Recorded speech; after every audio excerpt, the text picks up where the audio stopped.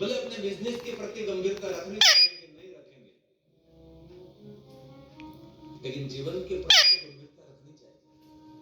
जीवन में एक दिन बीत गया दूसरा नहीं मिलता, एक बीत गई फिर से नहीं मिलती, लेकिन हर पल महादेव को याद करें, हर पल हमारी दीक्षित हो जाएगी, हमारे लिए सार्थक हो जाएगी।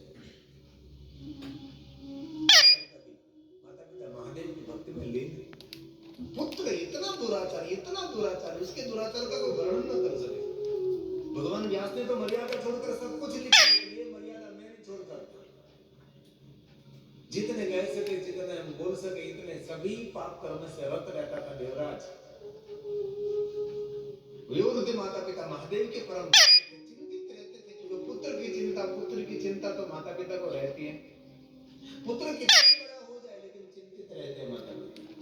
पुत्र कितनी बड़ी हो जाए लेकिन माता पिता का स्वभाव है अपने संतान के प्रति वो चिंतित रहते, वो भी रहते। वयोवृद्ध थे, पुत्र दुराचारी थे, दुखी थे, लेकिन भगवान को कभी दुख दूर करने के लिए कभी कोई फरियाद नहीं की। लेकिन अंत में कथा का है, इस दोनों वयोवृद्ध माता पिता की मृत्यु हुई। देवराज प्रसन्नता व्यक्त कर रहा है कि अच्छा हुआ वो दोनों चले गए। इतना दुराचारी पुत्र, बड़ी बड़ी चोरी कर रहा है, दूसरों के साथ क्या कर रहा था ये लिख भी नहीं सकते। तोड़ दो बच्चा, तोड़ दो, आज तोड़ दो तुम इसको। समय बीत रहा है, तोड़ दो टेंशन मत लो, तोड़ दो। दुराचार क्या वो काटा नहीं लगा, तोड़ दे। लूटपाट करता रहा, लेकिन देवराज की जुबान पूर्ण डंडी मम्मी टूट गया, मम्मी टूट गया, मम्मी टूट गया। अब वृद्धावस्था, उसके पास कोई धन तो है नहीं, टूट गया। मिट्टी जल्दी हटो, टूट जाएगा, गिर जाएगा तू। बस धन कैसे रहेगा? उनके पास तो दरिद्रता और निर्धनता रहती है।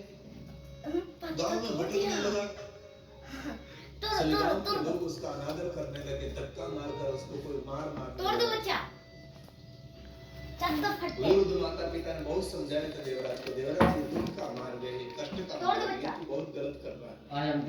आया सद्गुण व्यक्ति को सुख दे सकता है, दुर्गुण व्यक्ति को दुख देते रहता है।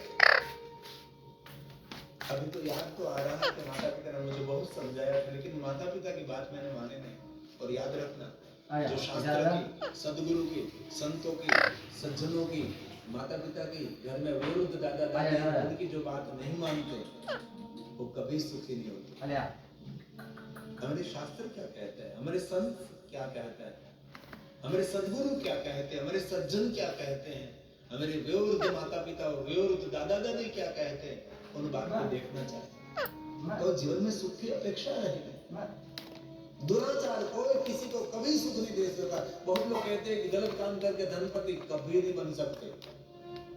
धनपति बन गए तो पल के लिए, बाद में भगवान इतना भयंकर दंड देते हैं। इसीलिए रातों रात धनपति बनने की कभी अपेक्षा नहीं रखनी चाहिए।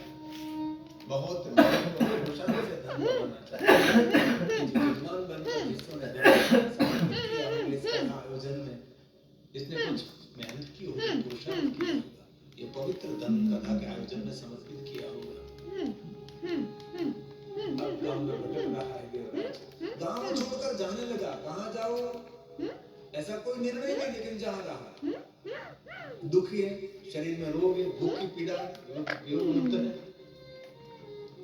कोई कहने वाला, कोई रोकने वाला, कोई आश्वासन देने वाला भी नहीं है। देवराज जा रहा, मार्ग में जा रहा, सुंदर एक द्वार देखा तो किसी को पूछा कि ये द्वार किस गांव का? तो प्रतिष्ठानपुर नाम का। नगर में प्रवेश किया तो सुंदर मंदिर देखा तो किसी को पूछने लगा कि मंदिर किसका है? तो किसी ने कहा कि मंदिर नहीं, शिवालय, जहां भगवान का शिवलिंग स्थापित करते हैं उसको शिवालय कहा जाता है।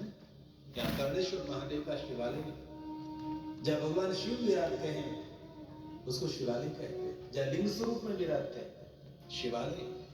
देवराज शिवालय के पास आया, एक कोई मिठू तोड़ दो ना, वो कोई नहीं रहता है, तोड़ दे। और बहुत सारे भाई बहन कथा सुन रहे थे। नहीं रहते का कोई। यहाँ क्या हो रहा है? किसी ने बताया कि शिवालय है, शिवालय के प्रांगण में कितना पत्ता तो ये भगवान महादेव की कथा हो रही है। देवराज ने कभी भगवान की कथा नहीं सुनी थी। कोई दिवाली नहीं गया था, कोई शिवाली नहीं गया था, कभी कहीं नहीं गया था। मिट्टू तोड़ दो। ये पापी था, दुराचारी देवराज था। मिट्टू कल ही तोड़ के घींच लेकिन दो आज इधर। वृद्ध अवस्था में 5 मिनट का बन गया। अवस्था